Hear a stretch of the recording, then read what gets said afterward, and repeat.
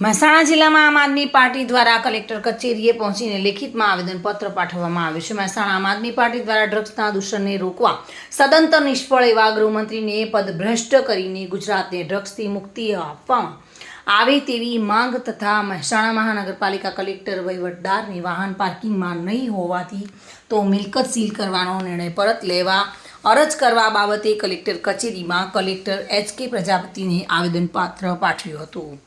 તે સમયે કલેક્ટર હાજર ન મળી આવતા મહેસાણા જિલ્લા પ્રમુખ આમ આદમી પાર્ટીના જયદેવસિંહ ચાવડાએ મીડિયા સમક્ષ પોતાની વ્યથા રજૂ કરી આમ આદમી પાર્ટીના જિલ્લા પ્રમુખ સાથે કાર્યકર્તાઓ મોટી સંખ્યામાં ઉપસ્થિત હતા અને જેઓ કલેક્ટર હાજર ન હોવાથી ઉગ્ર વિરોધ કરી મીડિયા સમક્ષ પોતાની પ્રતિક્રિયા આપી હતી અને ત્યારબાદ અધિક કલેક્ટર આવતાની સાથે જ આ મામલો શાંત પાડીને આવેદનપત્ર સ્વીકાર્યું હતું। નમસ્કાર કલેક્ટર સાહેબ, અમે આપને રજૂઆત કરવા આવ્યા હતા, પરંતુ સોમવારે આપ નહોતા, આજે આવ્યા છીએ તો આપે આજે પણ નથી। હવે આપ જો અમને જો મહેસાણાની જનતાનો કોઈ પ્રશ્ન હોય, રજૂઆત કરવી હોય તો અમે તમને રજૂઆત કરવા આવ્યા હતા, પરંતુ આપ અહીંયા ઉપસ્થિત નથી, એટલા માટે સોશિયલ મીડિયા મારફતે અને પ્રેસ મીડિયા મારફતે આપણે રજૂઆત કરવા માગીએ છીએ।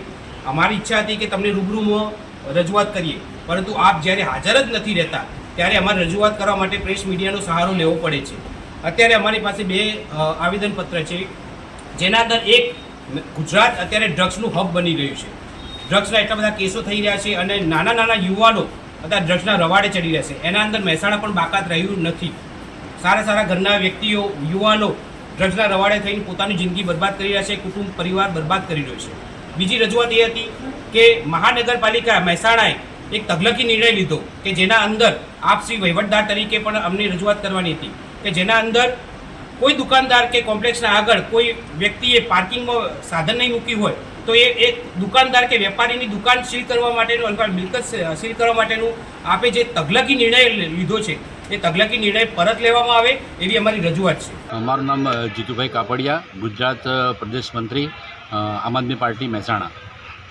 હમણાં ગુજરાતની અંદર જાણે કે ડ્રગ્સનો મોટો વેપલો થઈ રહ્યો છે એવું લાગી રહ્યું છે।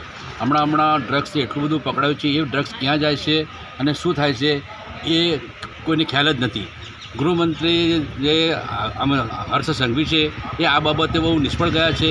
યુવાનો આ જે ડ્રગ્સ લઈ રહ્યા છે યુવાનોના જીવન ઉપર અસર પડી રહી છે, એટલે મારે ખાસ હર્ષ સંઘવીને જણાવવાનું કે તમે આ વિશે તાત્કાલિક પગલાં લેવા જોઈએ અને જેનું આ જીવન ધોરણ છે એ બરબાદ થઈ રહ્યું છે, એટલે ગુજરાત માટે આ બહુ ખતરારૂપ છે।